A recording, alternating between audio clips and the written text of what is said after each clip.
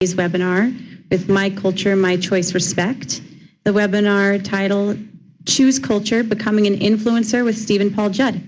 My name is Josephine Keefe, Creative Director here at Kaufman & Associates, and I'll be your moderator for today's webinar. Before we begin, I would like to highlight the main features of your webinar interface. First is the main window where you'll see the videos and presentation. To the bottom right of the window is the Q&A pod. You can enter a question for Steven at any time in the Q&A pod. A Q&A session will take place after the presentation, at which point all questions related to the webinar will be addressed. If you need technical assistance during the webinar, please enter your tech support question in the Q&A pod as well. Our tech support staff will be monitoring these questions throughout the webinar and will work to answer your tech support questions right away. Finally, please be aware that today's webinar is being recorded and that the recording will be made available online in the near future on culturechoicerespect.com.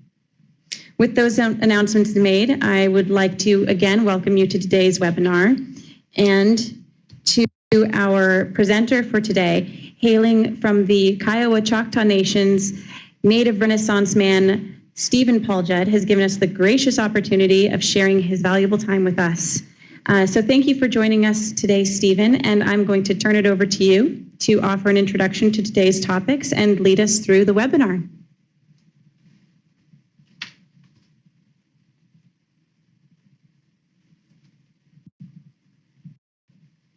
I've always loved film, but what happened was when I was little, I was born in Oklahoma, but we moved to Mississippi, and I lived on like 19 acres in the country.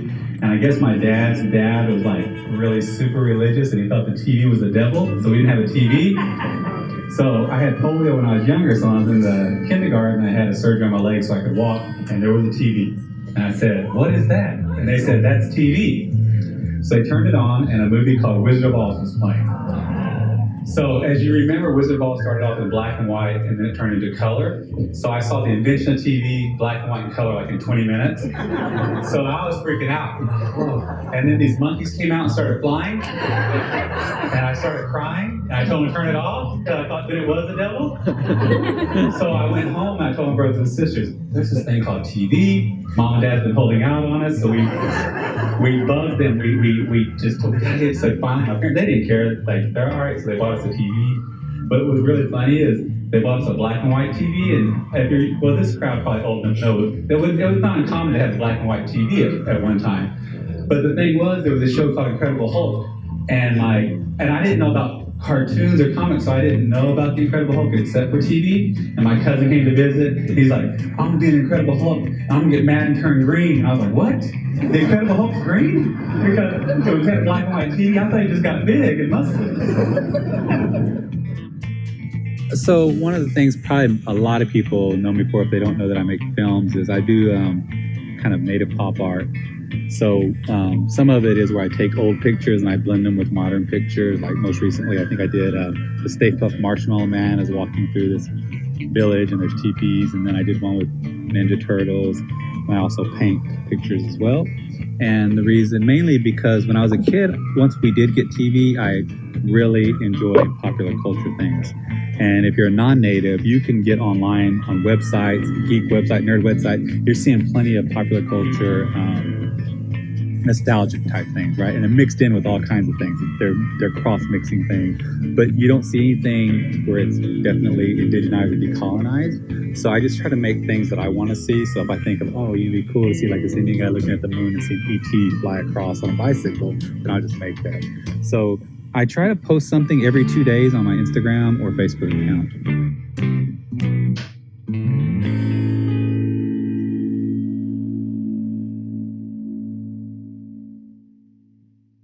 All right. Good morning, everyone.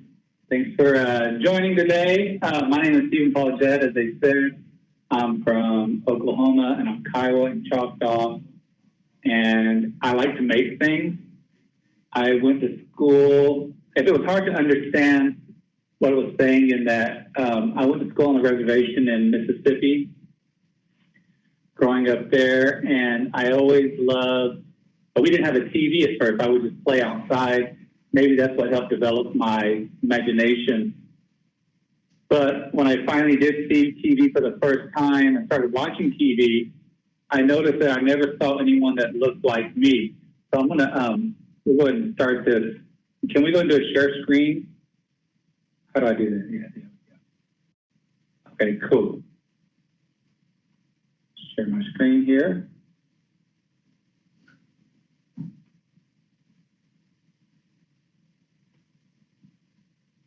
Awesome. So when I was growing up, there was only 3 brown people that I ever saw on TV, and it was these guys. The guy on the top, some of you may be too young to recognize him, but I would suggest that you please get on YouTube and look up a guy by the name of Iron Eyes Cody. So in the 1970s, it was nothing. Like right now, it would seem weird if you were driving down the road and you saw someone throw their trash out the window of their car. But in the 1970s, that was common. People would just throw their McDonald's out the window. It was so common, in fact, they had to make a PSA, a public service announcement for adults to remind them to quit littering. That's where they got this guy. And if you watch the commercial, it's this dude, he's dressed up all in his buckskin, and he's got a canoe, and he's like going down the river, and I think like a milk jug hits his canoe, and he gets on top of the hill, and he's looking at the city, like a trash bag hits him in the face. And then he has one lone tear because he's all sad because people litter. But it turns out this actor, Iron Eyes Cody, it wasn't his real name. He was actually an Italian guy. He was Sicilian. So we had him representing Indian people. Then in the far right corner of your screen was Jay Silverhill. He was, he's First Nation, and he was an actor, and he was on a show called The Lone Ranger. They were reruns when I was a kid, but the way that they had him talking was pidgin English. So it sounded something like this. White man speak 'em with fork-em tongue. So he didn't really speak English very well. And the guy on the left-hand side, that was from a TV show called Chip. That's Eric Estrada. He's not native, and he doesn't claim to be. But I thought he looked like my uncle, so that's why I would watch that show on the weekends, because I wanted to see someone that I thought looked like someone from my family on TV. So after I got I went to college at a place called Haskell Indian Nations University in Lawrence, Kansas. Then I went to Kansas University, University of Oklahoma. I was just going to school. I didn't know what I wanted to be or what I wanted to do. But really, I always liked movies. That was the main thing. So I was just going just to be going. So I ended up winning something called the ABC Disney Writers Fellowship. I moved to Los Angeles. I started writing on a TV show called Zeke and Luther for Disney XD. And then when that show was over, I came back to Oklahoma, and I needed some art for my apartment. So when I was in the 2nd grade, I had there was an art contest in the 2nd grade to draw your favorite book cover. And I ended up winning 1st place. And how well can you draw in the 2nd grade? Not very good at all. They probably all look the same. But I think my mom knew the teacher, so there was probably some sort of hookup. Anyway, because the teacher said I was good at art, I believed her. So I started drawing all the time. So I believe that if you tell someone they're good at something, they'll believe it and they'll start doing it more. And it'll be kind of self-fulfilling, kind of, but like you become that way. So when I was an adult and I needed art, I was thinking, well, I could paint my own art. I mean, I did win a contest after all in the 2nd grade. So the things that I like are pop culture things. So one of the first things I drew was this I don't know if you've ever heard of Care Bear Stare. Well, I made Powwow Bear. And this is something that I kind of painted for my sister because she was really into Care Bears and stuff like that. Then I made Fry Bread and Spam by Dr. Sue. This is all acrylic painting. I gave them some braids, put a little fry bread and spam in front of them. I don't know if you guys remember the Magic 8 Ball, but when I was a kid, they had these toys that you could shake up and you could ask it a question. So I made like a native version of it.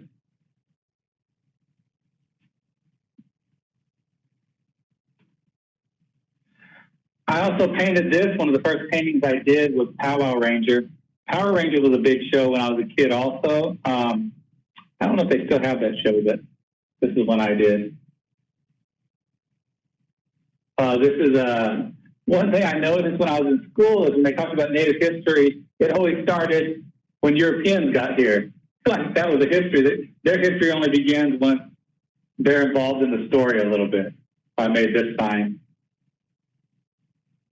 I don't know if you guys recognize this logo. I'll go ahead. Anybody out there know what it is? Yeah, it's the Morton Salt Girl. So what I did was I replaced her dress with a traditional Choctaw dress, and I just kind of darkened the skin a little bit. These are shoes that I made by cutting out comic books. Anyone can do this. You guys could do this. It's just paper and glue.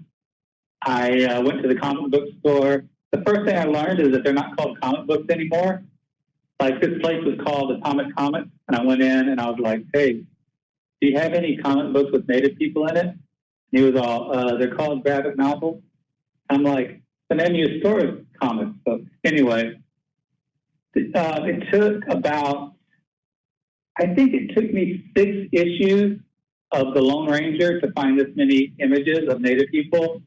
I thought comic books cost like 75 cents, about $4. But anyway, you can make this yourself. I wore them around, but they're only good for about one wear because then the paper starts wrinkling and falling off. These are just Indians watching Indians. I made this using a cell phone and these little figures I got at Hobby Lobby. And I kind of wanted to make it look like these guys were at a drive-in theater watching smoke signals. I used to have these collection of Pez dispensers. So I made these red Pez. I probably like, if you tilt their head back, maybe like a slice of cheese will come out or something like that.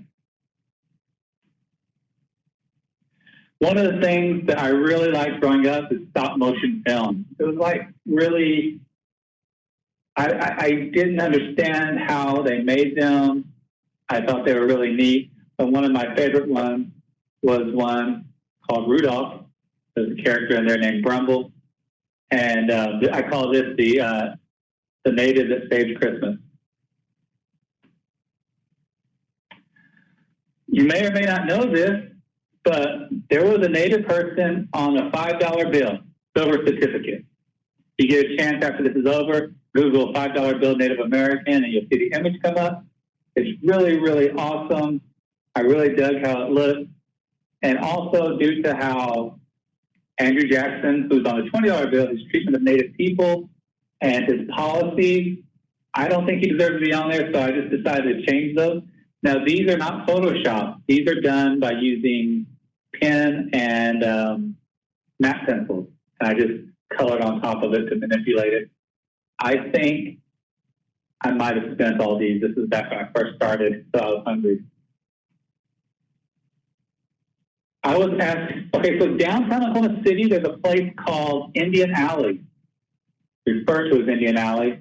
So there was a second removal. A lot of people know about the first removal of people, but there was a second removal that happened where they sent Native people to urban areas like Los Angeles, Seattle, Chicago. And the idea was for them to get work. So in Los Angeles is one of those places, and a lot of the people congregated around this area in downtown Los Angeles that became known as Indian Alley. Right now, it's kind of a curated alley. They lock it up at night, and during the day they'll unlock it. And I was asked if I wanted to put a piece on the wall. So I decided that I would do something called war paint. And the idea was to rebrand what war paint means. So my idea that anyone that uses war paint to further a social cause, that was their war paint. And these pieces are about 8 feet tall each.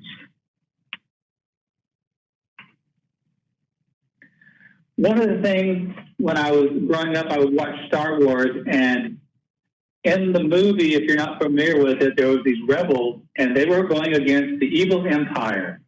And these rebels were trying their best against overwhelming odds. When it looked like they could not win, they decided not to back down and to fight, and they formed this thing called Rebel Alliance. Well, I found a correlation to the relationship with indigenous people and the government when it came with their dealings, especially when it came to treaty rights being broken, forced removal.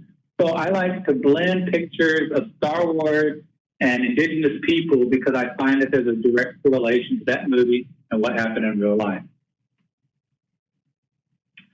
And so this is a weird thing. I don't know if I've ever drank coffee from Starbucks because I'm not a coffee drinker. So I went there and asked them if I could have a cup.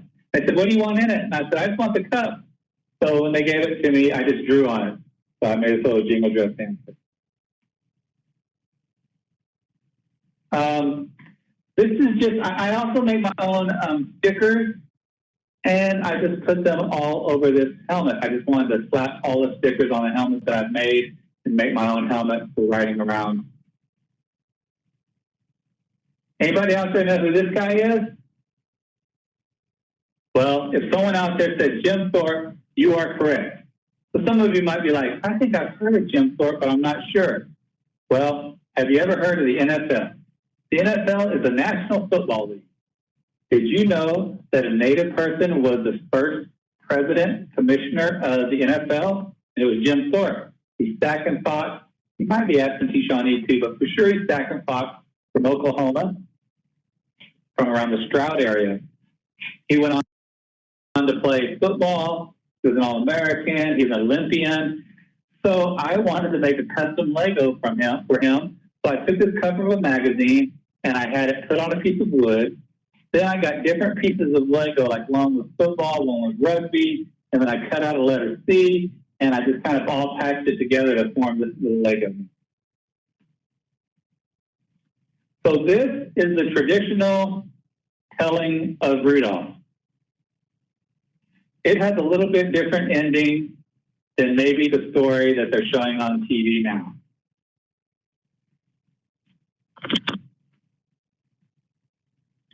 I got the opportunity to go to France to show one of my short films. While I was there, I visited something called the Arc de Triomphe, and I couldn't help but notice that it looked like a Lego. You see my thumb and finger here? So I held up my little Lego piece and took a picture of it because I thought it looked like this giant Lego walking through the city. This was harder to take this picture than you think because there was a crowd, because it's really a busy street, and there was a bunch of tourists that kept yelling at me because I was taking too long. I call this, I think we're going to need a bigger canoe. For those of you that are older know that that's kind of one of the lines from the movie, except for they say a boat. I really like this photo. I call this, my great-great-grandmother was a Hopi Indian princess.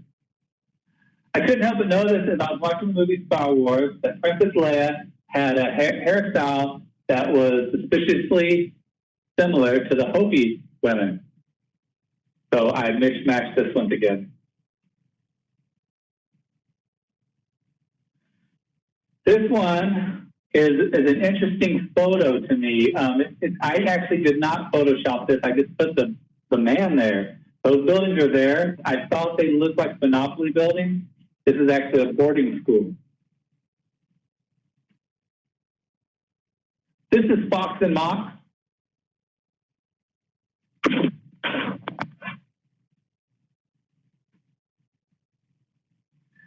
So I wanted to make an image with, like, there were certain movies growing up that we watched, and I think a lot of Native families watched around that same time. And it was to me, it was Native people. These characters were real life characters. They were smart. They were funny. They were resourceful. So I love these characters. I don't know if you guys can name them all, but from left to right, let's see if you can guess who that is. That's from the movie Dances with Wolves. That's Graham Greene. Right next to him, that's one that people, they usually get the right actor but the wrong movie. It's Chief Dan George, and that's him from the movie Outlaw Josie Wells with Clint Eastwood. Man, if you haven't seen that movie, watch it. This guy is so funny in that movie. It's so smart. Man, it's so good, so good. So check that out if you can. Most people recognize in the middle from the movie One Flew Over the Cuckoo's Nest. What you may not know if you haven't read the book is that the book is told from the native's perspective. So, or at least it's in his mind. He's kind of the de facto narrator. Will Sampson is that gentleman's name. The guy next to him, a lot of people, again, get the wrong movie, but the right actor. That's Gary Farmer. And this is a picture of him from a movie called Powwow Highway. Oh, man. That movie's pretty funny. You got to check it out. It's an older movie. And then next to him, of course, everybody knows who that is from Smoke Signals. I like the fact that he has that jar of money in his hand. Hey, Victor, sorry about your dad. Oh, man. So this one is more kind of a personal one that I made. My brother used to love to watch this movie called Ghostbusters. And in that movie, whatever you imagined would come and try to attack the city. So the three guys tried to imagine the most peaceful and harmless thing they could. And it was a character called the Stay Puft Marshmallow Man. So in the movie, this big marshmallow came and started stepping on everything. So I kind of made this for my brother. Okay, do you know who these guys are? These are some shoes I had custom made. The guy closest to us, we've already met him, that's Jim Thorpe. The other guy is a guy named, if you said Billy Mills, ding, ding, ding, you are correct. Billy Mills is also an Olympian. If you get a chance after this is over, if you've never seen it or you haven't seen it in a while, please look up Billy Mills' race on YouTube. It will give you chills. It's so awesome. Now, both these two guys are natives. Both of these two guys went to a small school in Kansas called Haskell. Just like me, all three of us went to Haskell. Those two guys are Olympic gold medal winners, and I got perfect attendance in the second grade. Go Haskell. There was a movie in the 1970s, I believe, called The Warriors. In that movie, the movie post for that, if you get a chance to look it up, was a picture of all these gang members, but they weren't like gang members like we know today. They were kind of, I don't know if fantasy is the right word. They were stylized. Some looked like a baseball team. Some looked like bikers. Anyway, when I was in college, I had a dream about that poster, but it looked like this. But I didn't have the skills to make this. And so later, once I learned Photoshop, I decided to make that image that I saw in that dream.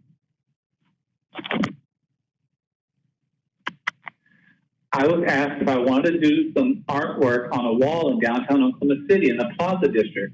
So this is a piece I made. Those of you familiar with the artwork of Banksy will recognize where this style comes from. So I made it and I put it on the side of the TP to sign it to this space for rent. And then with a spray paint, I wrote the word "not" over it.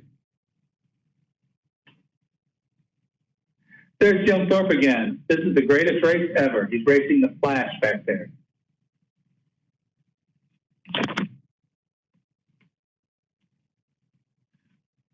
I got the opportunity to go to Washington, D.C. to show my film at the Smithsonian. While I was there waiting, I Googled like Native Americans in Washington, D.C. old pictures. And this one came up, I think it said it was taken around 1903. I don't know if you guys can hear my phone. Someone's trying to call in on this phone. So if you hear it beeping, I apologize. But anyway, I cut out the picture and I traveled around until I found the spot that it was taken. There was a game when I was growing up called Rock'em Sock'em Robot. So I decided to make my own Rock'em Sock'em Robot, the Battle of Little Bighorn edition. Pow! Okay, so I love action figures. Oh man, even as an adult, I like looking at action figures. It's a weird thing. I just think it's so cool looking. But when I was growing up, they never had action figures of movies that I dig. So I decided to make my own Powwow Highway action figure. You can do this yourself too. So here's how I did it. I went to the Dollar General store and I bought a Batman figure because I needed that big plastic piece. I already had this Simpsons doll. I think his name is Fat Tony or something like that. I apologize if that's not his name. I haven't seen that show. I just bought that doll because I thought it's what I needed for Filbert. Then I took a Sharpie and I colored his hair in, pretty easy, and then I colored the eyebrows in. And then, this is easier than you think, so I just took the picture of Filbert from online, and I printed it out, and then I cut it out, and I glued it on top of the action figure, and then I did the same thing with the belt buckle, glued it all together, printed the background out on some kind of harder paper cardstock, and voila, Filbert Powwow Highway action figure. I was watching the news one day, and I saw something called the nun bun. Do you guys remember that? It was Mother Teresa in the shape of a cinnamon bun. So if you haven't seen that, please look it up. I'm not joking. It's a real deal. Then I saw someone saw Jesus in a tortilla, Elvis on their toast, and I was like, hey, wait a minute. How come no one ever sees a native person on their food? So I made this thing called the Toast of Indian Country. You're looking at about 90-something slices of toast right here. That's Chief Joseph supposed to be. So the way I did this is something so simple. It's called the grid technique. So I didn't actually paint this. I didn't actually burn this in a toast and scrape it off. I used paint. The way I painted it, though, is something called the grid technique. It's a technique that I teach. I travel around teaching. Everyone watching this could make this, and it would look almost identical. It's really fun. I thought it was awesome. And that piece, I guess it's still around. I think it's in a place in Norm Jacobson House in Norman. I need to go down there and get it. These are Mindians.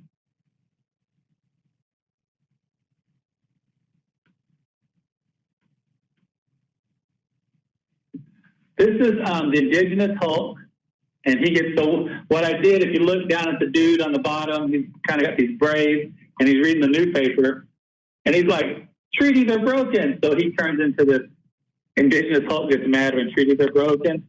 So I would imagine in that comic book, he just pretty much stays mad all the time.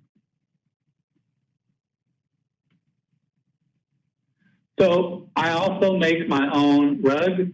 Well, I don't like physically make them. I'm not like sitting in front of a loom or anything like that. But I send designs into this company, and they make the rugs for me. So I don't know how young everyone is, but we used to have these things called mixtapes. So you'd make your best mixtape up depending on what you were doing. You know, like I had a mixtape when I was playing video games, when I ride my bike. Then you make them for your friends. And I would always put like volume 1 and 2 as if someone really cared, like, oh, volume 1, 2, I better try to find volume 1. So anyway, this is just a powwow mixtape.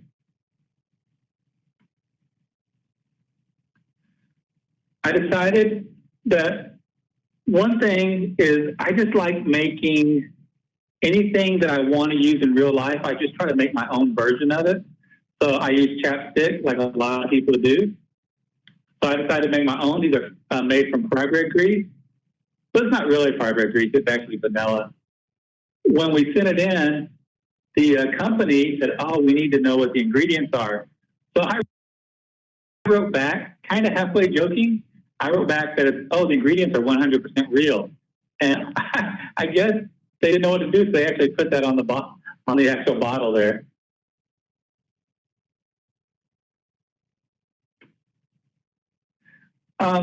I use emojis a lot on my phone, and I was like, man, we need to have our own emojis. So we made these as stickers. If there's any programmers out there and can help me get these onto a keyboard so that we can let everyone start using these when they message each other, please let me know.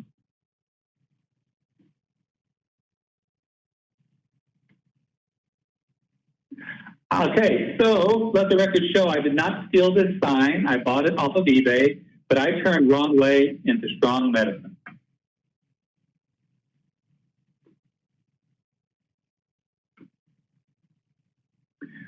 These are some custom skateboards that I made. If you look on top, what I tried to do was take the two-dimensional ledger drawings, and I tried to make them look like they were three-dimensional coming off the board, kind of shading behind it like they were busting out. And then the one on the bottom is the Warriors deck.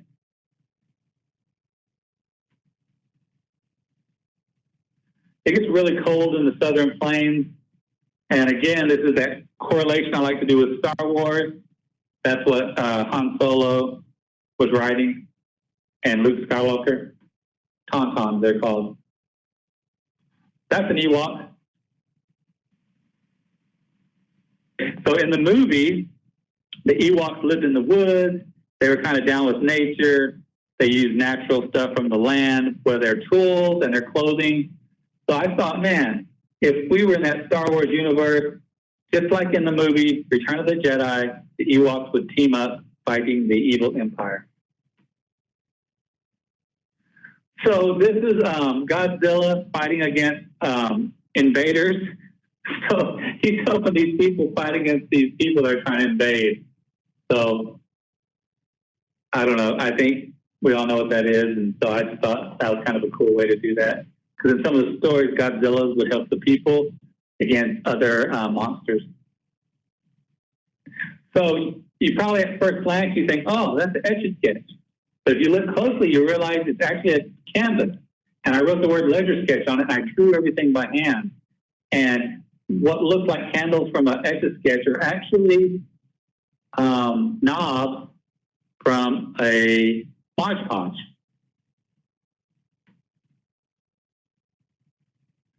I found a no parking sign, and I drew on it. Start stepping, no parking.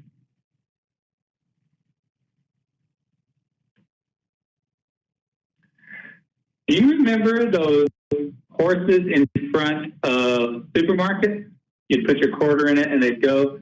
So I always thought about that. This is one of the first ledger drawings I drew probably about 4 or 5 years ago. It's called Quarter Horse. So one of my dreams, hopefully, if I ever can get like a I want to do an installation of this piece. So hopefully if I get a grant or someone brings me in somewhere, my idea is to buy one of those horses in real life and sand it down and paint it to look like a ledger horse, a real one, and then rework the wiring so when you put money in it, it'll play like either powwow music or maybe it'll play Tribe Called Red or something. This is Indian Up. If you look in the background, that little house, I put a little teepee back there.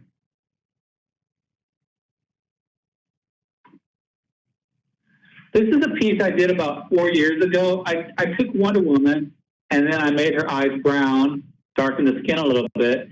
And then I teamed up with Ojibwe beadworker Summer Peters, and she did the beadwork on this. It's kind of hard to see in these photos, but it was 3 different colors of gold.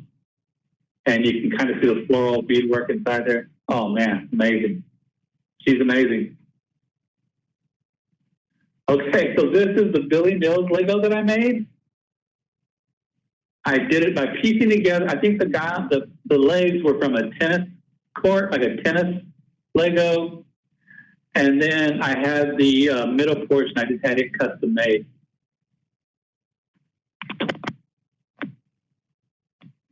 So what you're looking there is the world's largest nightlight. So what I did was I had this buffalo head and I wrapped saran wrap around it. Then on top of the saran wrap, I put masking tape, probably 10 rolls of it, you know, like the moving tape. And I just kept wrapping this guy. I probably worked on this for 3 months because I didn't do it all in one setting, you know, like you get bored putting tape on something after a while. So after about 3 months, I had all the tape on it. Then I cut the tape off. You know, it had saran wrap so it wouldn't stick to it. I cut it into 2 halves. Actually, it was 4 pieces. I had to cut the horns off first. Then I cut the body in 2. Then I taped it all back together. And I put a light inside. And I was like, oh my gosh, this is awesome. I was so excited and I wanted to show people that if you look closely, that's actually the floor. I just put 2 pictures on the ground and then put that on the ground and took a photo. So it looks like it's hanging on the wall. That's actually the floor of my apartment. Sneaky, sneaky. I was contacted to design an image for the All Nation Skate Jam by Vans and Native Skate. So if you look closely, those that are familiar with Vans, so recognize the Vans logo, which is the skateboard. And I tried what's supposed to look like anything inside there. It's in color and sharp lines. Anything outside is hand drawn. So this is a shirt that I made for Vans and All Nation Skate Jam. So a video online, you probably saw it, where a sea turtle was getting choked by a straw. And it talks about all the plastics that are now in the ocean. So I wanted to make an image, so I thought about what's the most famous wave, and it's this big wave on this is a famous painting, I'm sure you've seen it. So I added all these plastics in there.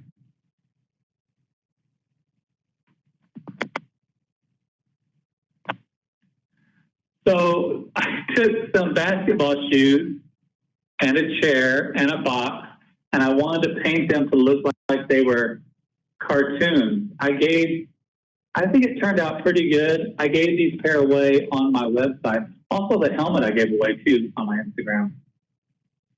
But yeah, I think it was really fun to do, and I just used regular. I got some paint that's specifically for leather shoes, and did it with that.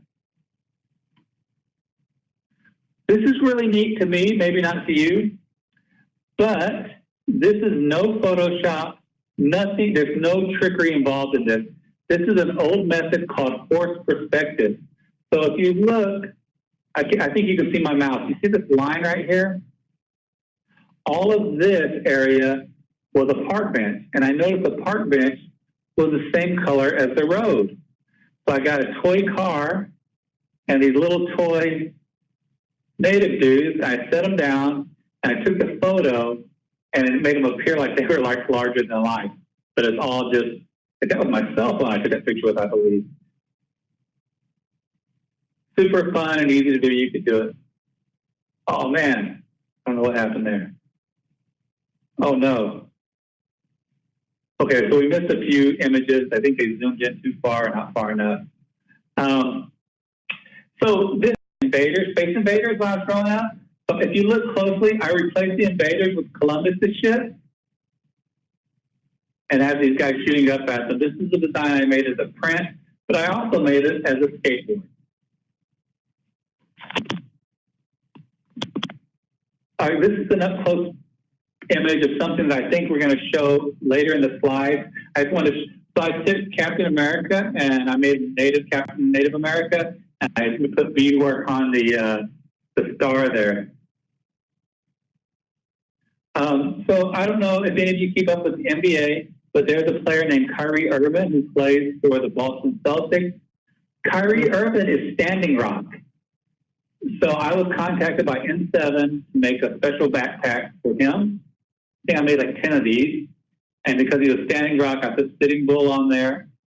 And then these numbers down here are just special numbers or dates of Native athletes throughout history, whether it was the date of the first Native player in Major League Baseball, the date a Native person won the Olympics, stuff like that. So that's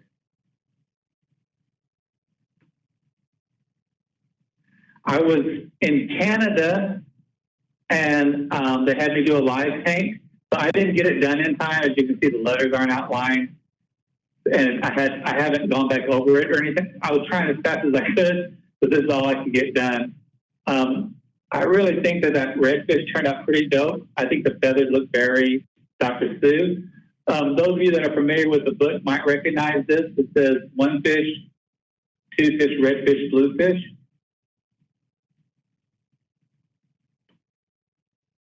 Okay, so there's the full image of Captain Native America. So those of you that keep up with comics, they'll know that Captain America is called the First Avenger. So they have the Avengers, they have the First Avenger. So this is the First Avenger, it's Sitting Bull, and then I just hand-colored it, and as you can see, I put in the beadwork there, little medicine bag, medicine wheel over here. I changed the Captain America shield to this rawhide shield with the eagle feathers. I think this thing turned out pretty cool. It really makes me excited to see it. So here I actually made the 8-ball that I painted. I turned it into a real deal Holyfield. It has 4 answers inside. It says, she's your cousin, he's your cousin, duct tape, and love. Those are the 4 answers that I put inside of these things. But I think I made maybe 100 of them or less.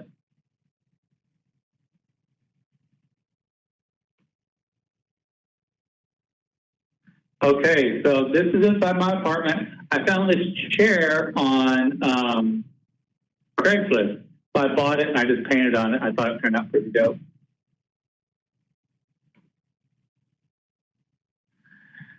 I also made this action figure.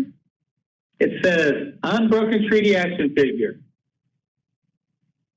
And as you can see, there's nothing in there because there's no such thing as an unbroken treaty.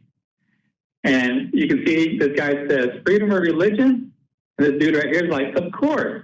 And you see the asterisk. So then you go down here. It says terms and conditions may apply. And it says American exceptionalism not included.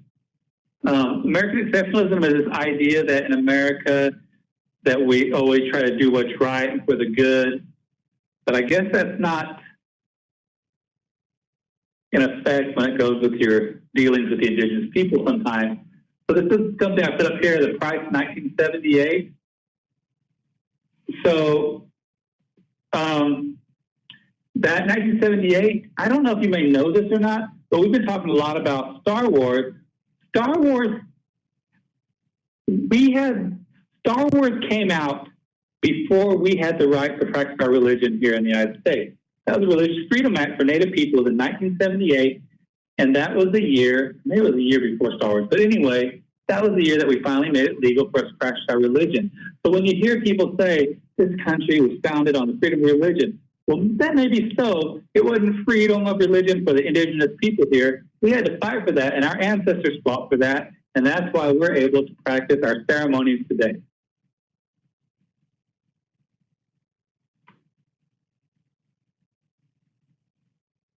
Oh man, I don't know why this turned sideways, but I like to make images using something called Rubik's. Everyone turn your head sideways to the left.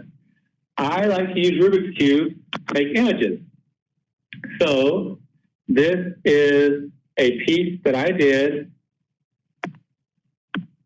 using Rubik's Cubes, and I did this one of Sitting Bull. I've probably done about 6 different images using Rubik's Cubes. They're like really fun. I love making these.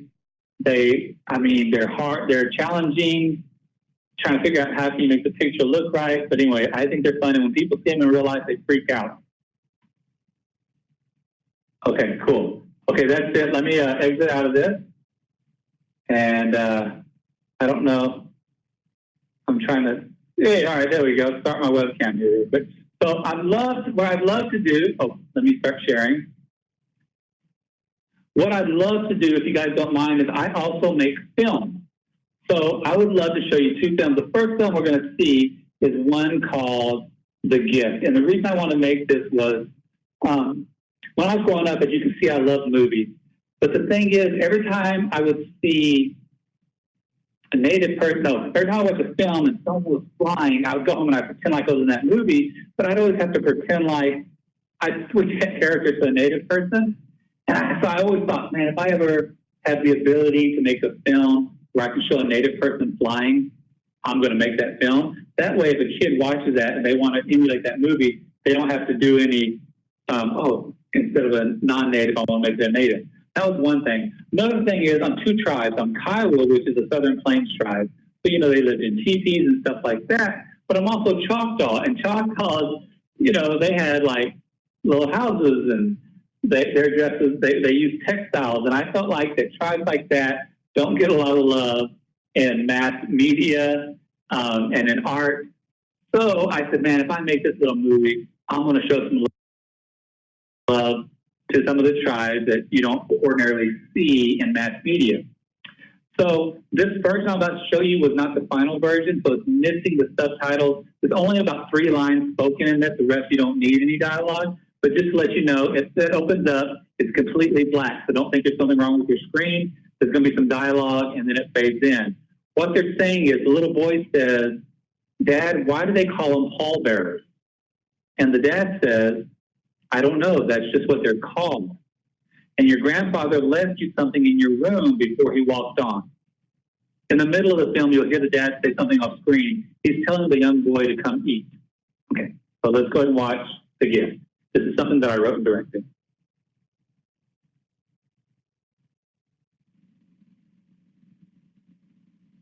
Aki, etombi shali hatak, ochifo katimi. Etombi shali hatak, ome. Chi ne tak chuk ma. Chi ma fo ayo pa chi. Huh?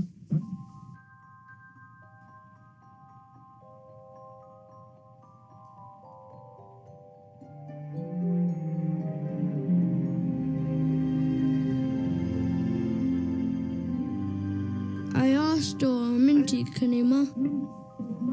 A ma fo ayo pa chi.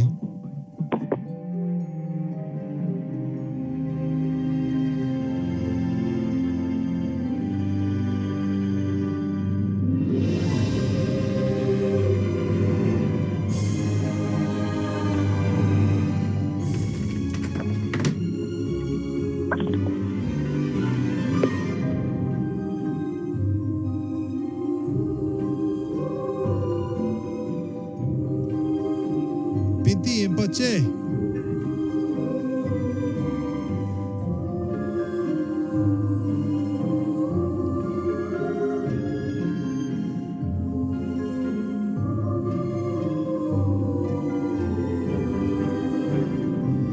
Pinti. Chimpa kapesa.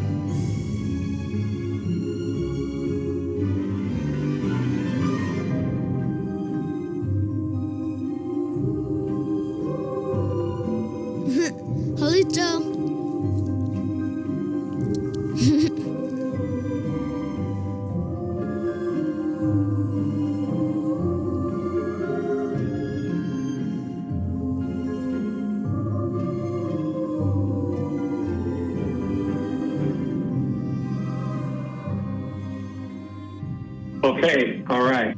Are you able to put me back on the screen, or can everyone hear me now? Okay, cool. So that was one that I made, a little short film that I made over a course of a couple of days here in Oklahoma. The next one I want to show you, the next two, they're a little bit shorter than that, and they're stop motion pieces that I did. And the one you're about to see is made with construction paper, but the reason I made it was, let's watch it first and I'll explain a little bit about it. I don't want to give anything away. So this next one's called, I don't know what it's called. First Contact, I think. No, I don't know what it's called. Let's just watch it.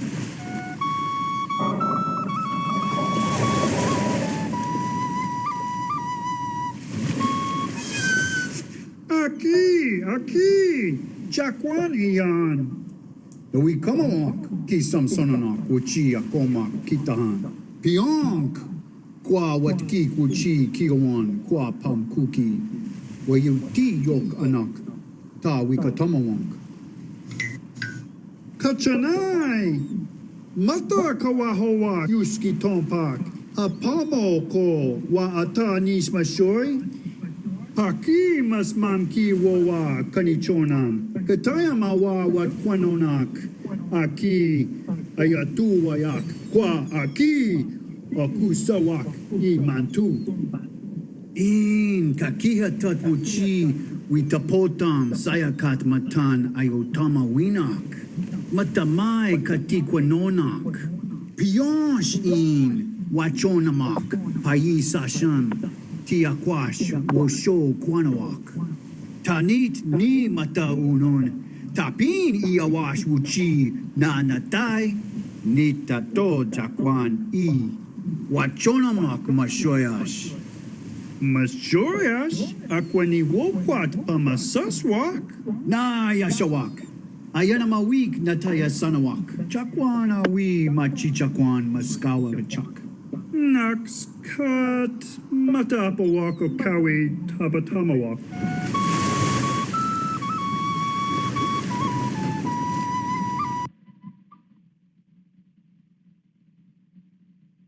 Okay, all right. My bad. Okay, yeah. So on that one, I always thought it was funny when people would say,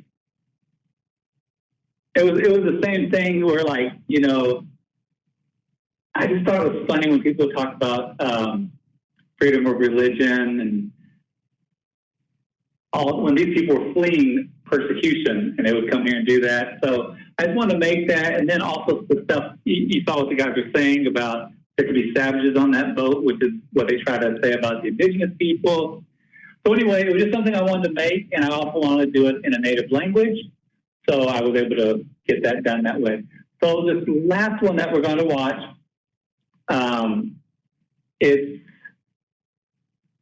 it was the first stop motion I ever did, and I did it by using those old school cameras that you just click and take a photo.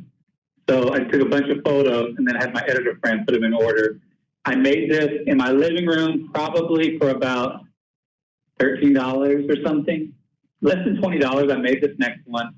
And this is back when it all began for me. Like, I was just living in Oklahoma.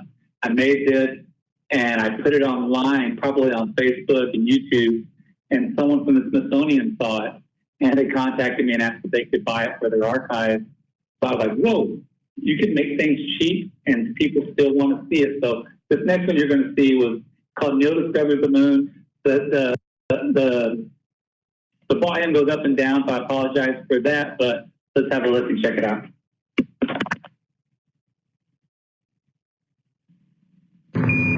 Houston, Tranquility Base here.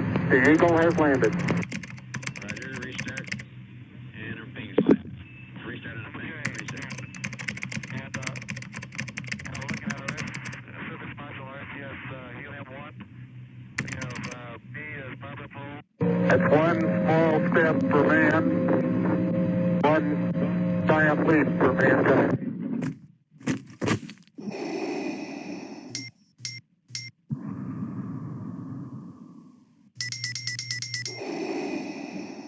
Ha gitoi be oiguda.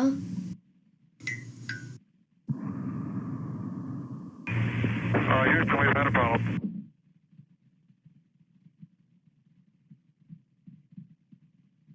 I made that short film so long ago that I didn't even have a middle name in the credits. All right, cool. So yeah, that was done in the Kiowa language, and it was just shot in the living room. So are there any questions? I'm ready, if you got it. Okay, so participants, you can enter your questions into the chat box, the Q&A chat box, which should be on the right-hand side of your screen. We'll give you a few minutes to do that.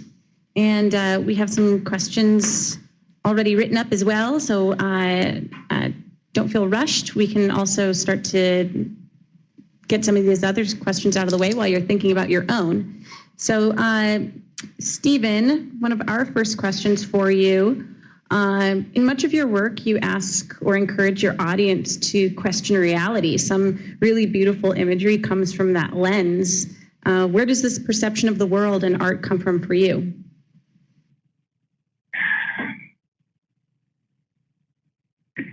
I feel like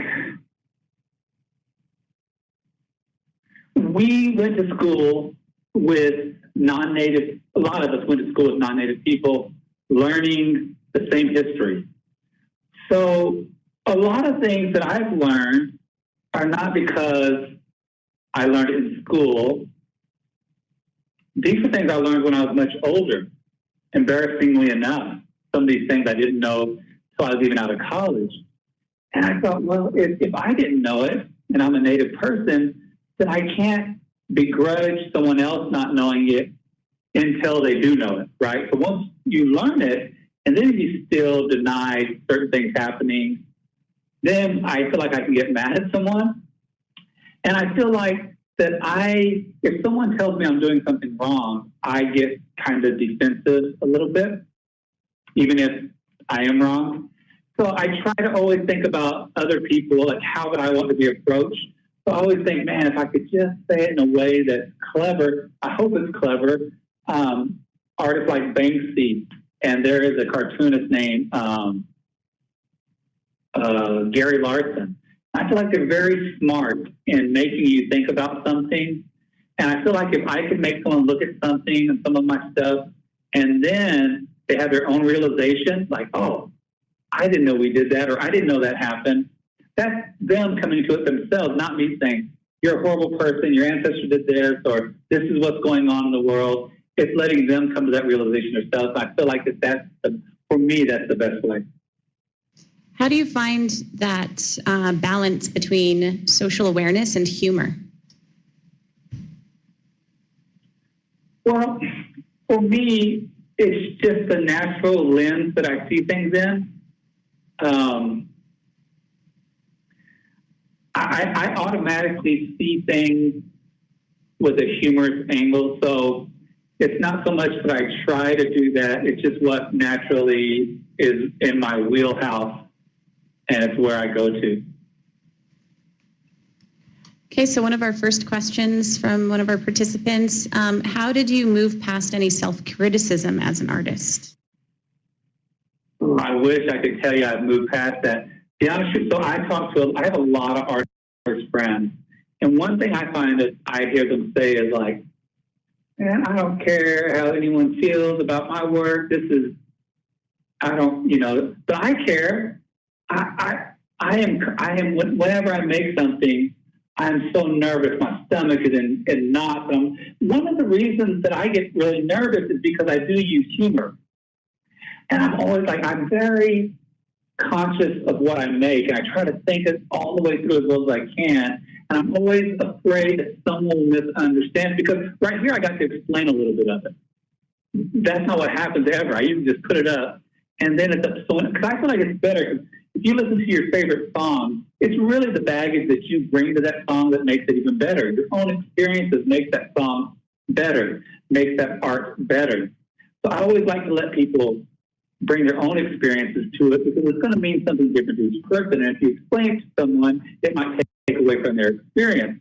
At the same time, by doing that, I get so, I'm like, please, I hope, especially the indigenous people, I hope the native people know where I'm coming from, and they can look at all of my art and say, oh, I might misunderstand him, but by looking at everything else, I can see that he must not have meant it what the way I'm taking it.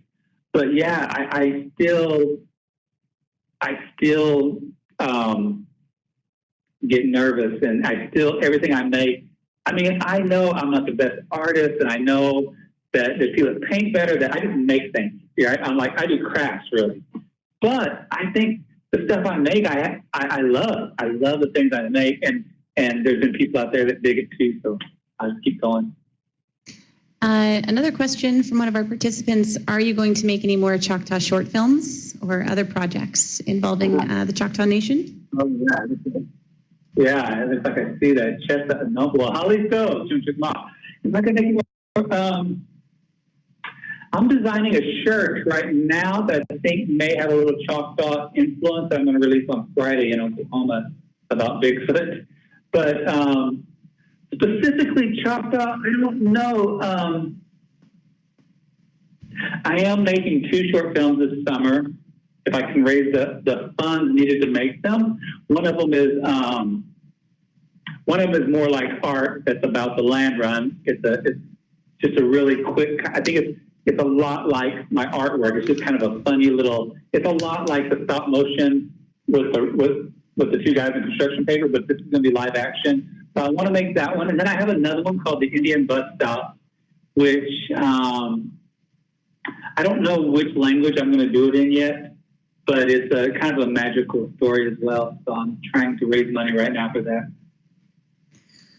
So, Steven, what are some lessons learned over the course of your career as an artist?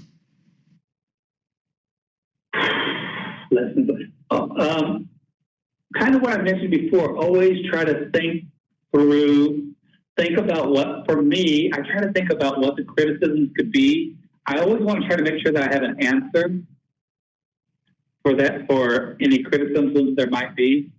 Hey, I didn't realize that my battery is about. I'm going to plug my computer in real quick. So I want everyone to take a 10-second break.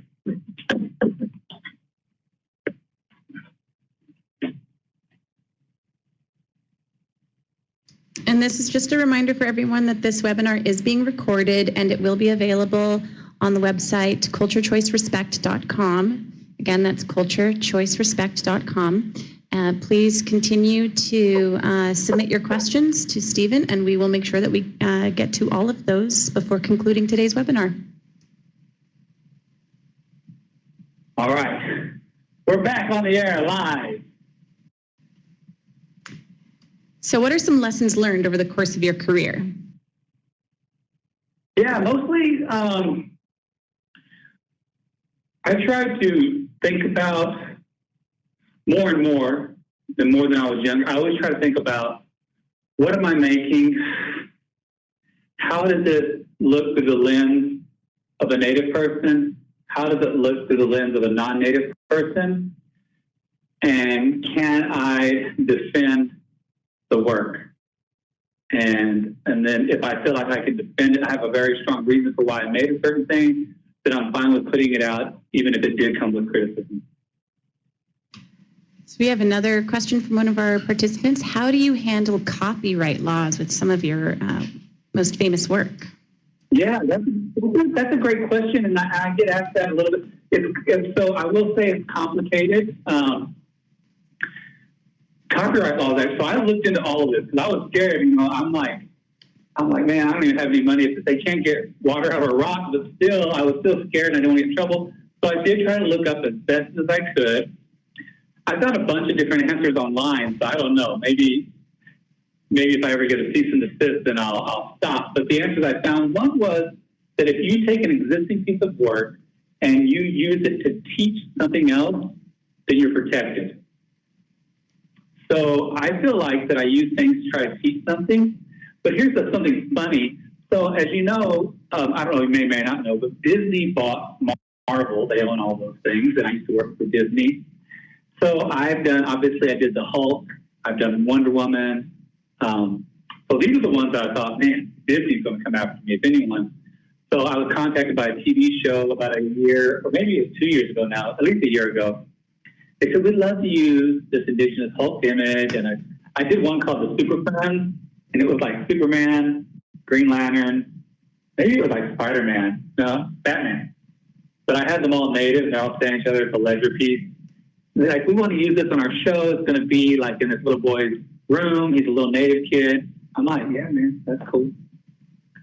I get an email later saying, okay, we sent everything over to DC, and I was like, what? I've been trying to hide from these guys, DC. I've been hoping they never see this. And they said, and DC said, this is cool. This is great. I'm like, what? I've saved that email, so that's my green light. Like, DC said this is cool, so I want to keep doing it. And the same thing with Marvel, with the Hulk. People would be like next to Stan Lee wearing the T-shirts and stuff that I made. And Stan Lee would be there going, hey, that's pretty cool. So all those people have seen those by now. So fortunately, everything's gone so well. But I mean, if they asked me to stop, I would. But. What are some tips or best ways to use social media to promote some of your projects that the youth could learn from? Yeah, so social media has been the level the playing field for me. So before social media, let's say I had a film or a piece of artwork, I don't have a publicist. I can't get in a magazine. No one's going to write a story about that. But social media, it's like the world. You can let the world see your stuff. So what I did originally, and I had people ask me, especially other artists will ask me, how can I get as many people to see it like what happens on your social media? I don't know the real answer to that, but what I can tell them is what I did. When I first started, I was very, I don't know if prolific is the right word, but what I'm trying to say is I made something every day. It might take me 2 days to make it, but I treated art, when I decided to quit working my real job and do this full time, I would get up, and not too early for me, but I'd get up around 11. I mean, I'd be working by 11 in the afternoon, but I'd work all the way through, sometimes late into the night. And I tried to make sure that I posted something every other day, I think, at first. So it was constantly, I had work. So I would say if you're not feeling that like your work isn't conducive to that, I would hold off on posting something until I had a few things. Then you put something up. Then next week, put something up. Because what happens is when you have followers that maybe don't know you in real life, but they like you for your art, they want to come back and see more of that. So for me, because I was able to make things so quick, because I do combinations of things, I would constantly have content.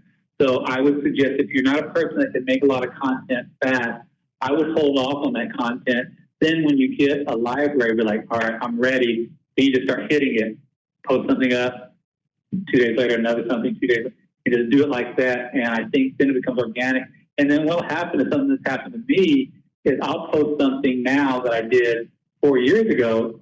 And people will be like, oh, this is the best thing you've done yet. I did this thing 4 years ago. But because they weren't following me, then it's new to them. So you'll be able to recycle your work that way. Are you involved in the upcoming NBCI video game called Kabucha? And I'm sorry, I apologize if I'm saying that incorrectly. Is that the drink? I don't even know. Kabucha? No, I don't know if that is it's a video game. No, I've only done one video game. It was a free app called Invaders where you could shoot at the ship. But no, I'm not doing that, but I'll definitely look it up. I'm always interested in anything out there in popular culture that has to do with Native stuff. I'm always interested in that, but I'm not involved in that per se. The most recent thing that I was involved with, I sold a TV show this year that's not going to get made, but I did sell it. That was exciting. And some of you may know that I wrote a book called The Last Powwow. I'm in the process of trying to figure out how I can take that out and pitch it as a TV show as well. You've left a couple Instagram posts indicating that you might have some future work with some of the big networks. Is there anything that you could share with us about some upcoming projects in the next year? Yeah, so as I mentioned before, I did sell a TV show. And I sold it to HBO, which was really exciting. We went in there with a show idea. They bought it in the room. We got paid to write it. However, I don't know. It's a long process. We actually sold it November of last year. So it's actually been over a year now. and I don't think it's going to move forward. I don't know. I actually don't know what's going to happen with that. So that's on hold. Second thing that I'm super excited about. I have a podcast that I pitched to a company, and there was 1,200 people pitched, and it's down to the final 4, and I'm one of the final 4. And it's a podcast called That Should Be a Movie, and the concept is true stories from Indian country. So good, after you hear them, you're going to say, "Hey, that should be a movie." So right now, everyone, I need positive vibes. We should find out within the next week if I'm the final winner. That sounds like a fantastic concept. I think there are a lot of movie concepts out there in Indian country. Yeah, what I'm really excited about that is when we pitched it, it's not like my mom telling me it's good. It's actually a company, it's a non-native company that makes all kinds of, they're the second largest national public radio in the United States. And the fact that they were interested in it and they weren't related to me made me feel good. So one of our last questions from our participants, how is the best way to contact you or stay in contact with what you are doing? Yeah, that's on Instagram. I have my email set up on my Instagram under my name, Steven Paul Judd, and that's the best way to reach me. I'm on there all the time. Okay, so is there any other questions for Steven before we conclude today's webinar? I want to tell everyone thank you so much for taking the time out to watch and check out what I make. I mean, I literally make this for you guys, so I'm glad you dig it. Okay, so in closing, I'd like to just remind everyone that today's webinar was recorded and today's presentation will be made available on culturechoicerespect.com. Thank you again for joining today's webinar, and thank you, Steven, for sharing your journey with us and your videos and all of your work. Incredibly impressive. So thank you so much for joining. Thank you very much. I appreciate it. Bye-bye. And that concludes our webinar. Thank you, everyone.